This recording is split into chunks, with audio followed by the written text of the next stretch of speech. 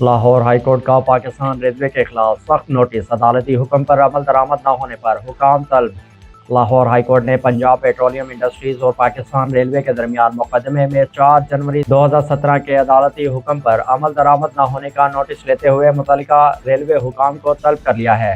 عدالت کے مطابق اس حکم کے خلاف دائر ریویو درخواست بھی عدم پیروی کی بنیاد پر خارج ہو چکی ہے۔ درخواست گزار کے وکیل نے موقف اختیار کیا ہے کہ عدالتی حکم کے باوجود متعلقہ جائیداد کو ڈی سیل نہیں کیا گیا۔ ہائی کورٹ نے جواب دہندگان کے جوابات کو غیر تسلی بخش قرار دیتے ہوئے 1 جون 2026 کو ذاتی حیثیت میں پیش ہونے کا حکم دیا ہے اور وضاحت طلب کی ہے کہ عدالتی حکم پر عمل نہ کرنے پر ان کے خلاف توہین عدالت کی کارروائی کیوں نہ کی جائے۔ بھکر تھانہ صدر کے علاقے میں 2 گروپس کے درمیان تصادم فائرنگ کے نتیجے میں 2 افراد جاں بحق جبکہ 5 زخمی۔ بیورو چیف اعجاز شاہانی کے مطابق ڈی پی او بھکر شہزاد رفیق اعوان نے واقعے کا فوری نوٹس لیتے ہوئے پولیس کو فوری کارروائی کے احکامات جاری کر دیے۔ بھکر پولیس نے بروقت کارروائی کرتے ہوئے صورتحال کو کنٹرول کر لیا جبکہ ملزمان کی گرفتاری کے لیے مختلف مقامات پر چھاپے جاری ہیں۔ ڈی پی او بھکر بھاری نفری کے ہمراہ ٹی ایچ پی ہاسپٹل پہنچے، زخمیوں کی عیادت کی اور بہترین طبی سہولیات فراہم کرنے کی بھی ہدایات جاری کی۔ ڈی پی او شہزاد رفیق اعوان کا کہنا ہے کہ واقعے میں ملوث عناصر کو جلد قانون کے کٹہرے میں لایا جائے گا جبکہ ضلع میں امن و امان برقرار رکھنے کے لیے پولیس مکمل الرٹ ہے۔